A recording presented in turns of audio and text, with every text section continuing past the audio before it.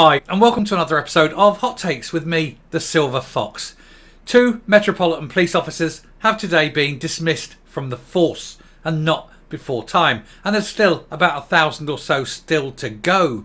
There are many, many more that need to be disposed of. But these 2 are the latest 2, and thank heavens they've gone. Good riddance to bad rubbish. These 2 officers beat a 14-year-old child and then lied because they thought he was going to spit on us, they said. As though spitting on someone is, an excuse for them to beat a 14-year-old child up. But anyway, they've been found guilty. They have been fired, and I hope they lose their pension. We'll take a look at this story to see what these 2 people did. We can't call them police officers anymore. They're just simply people. Here goes. So, 2 Met police officers who punched and kicked a 14-year-old boy during his arrest and then lied about thinking the child would spit at one of them a second time are dismissed from the force. PC Alexei Zaleski and PC Connor Ryan were found to have used excessive force. They're talking about a 14-year-old boy here, so any kind of force at all would be excessive. There's 2 of them, 1 of him. It isn't a hard job, especially as they are trained in such matters. They were called to reports of a fight in Finsbury Park in North London in April 21.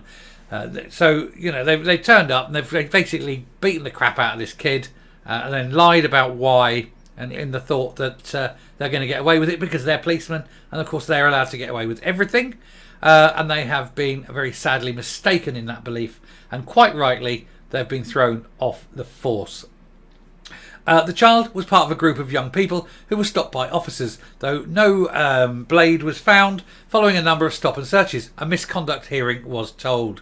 During earlier attempts to disperse the group, one boy became agitated at being pushed around by police officers. He began shouting and spat in an officer's face. The boy then ran from the police, who gave chase on foot before arresting him on suspicion of assaulting an officer and a public order offence after catching him in Wilberforce Road. During the arrest, PC Zaleski punched the teenager at least once, while PC Ryan kicked him in the neck and head area and struck him high in the thigh with his knee. An investigation launched by the Independent Office for Police Conduct found the 2 officers had then lied in statements given following the incident, and that is the main thing. If they'd have said, yes, hands up, we did this, we needed to, control him, he was fighting like a rat in a sack, we needed this, and we may have used a little bit of force to try and calm him and get him under control, that's bad enough. They'd have got away with a warning or a bollocking. But the fact is, they lied about it, and that moment is why they had to go, and thankfully have. They claimed they had used physical force because they believed the boy was going to spit at PC Zaleski for a second time.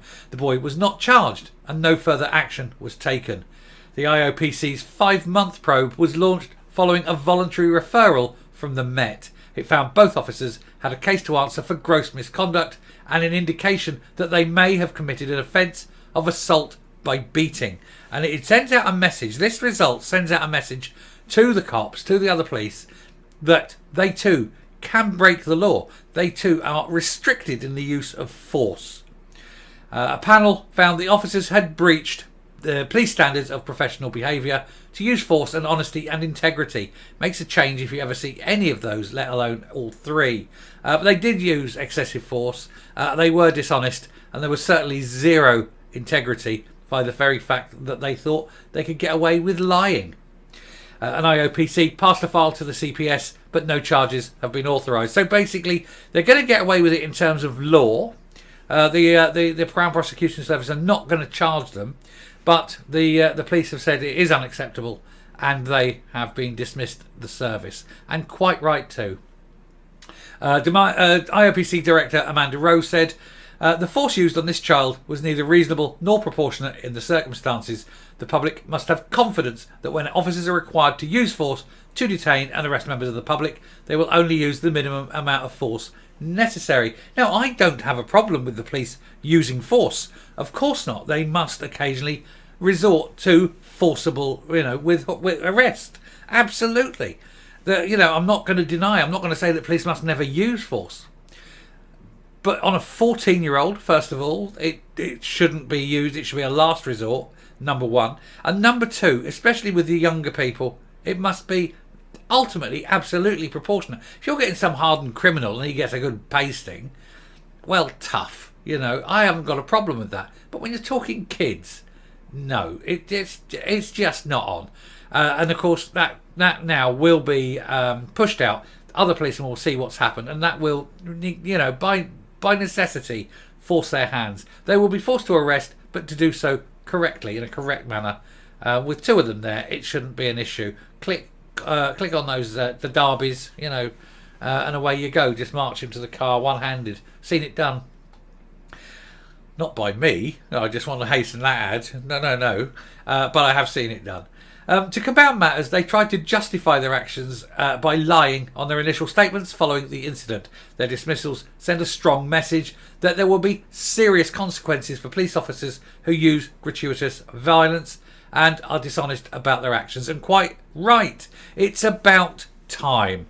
It's actually nice. I actually feel good that we've got a story here with basically a happy ending. Policemen doing the wrong thing and getting punished and thrown off the force. It should have maybe come to a court case, but for them to be off the force, no more pay off the public money and no pension, and I think that's absolutely fine. They can go and find a new career if they can. And I shall round off and come up. So there we are, another pair of rogue coppers off the beat, back into civvy life. They can go and, as I say, do something else with their lives that won't involve beating up children. It is unacceptable, and it is always good when they get fired. But as I say at the beginning, there's still thousands of them just in the Met alone. It's going to take a long time to clean house. But every time you see something like this, it just means that they are just that little bit cleaner.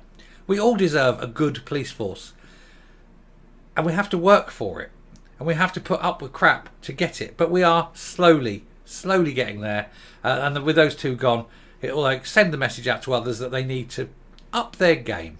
Anyway, thank you very much for watching.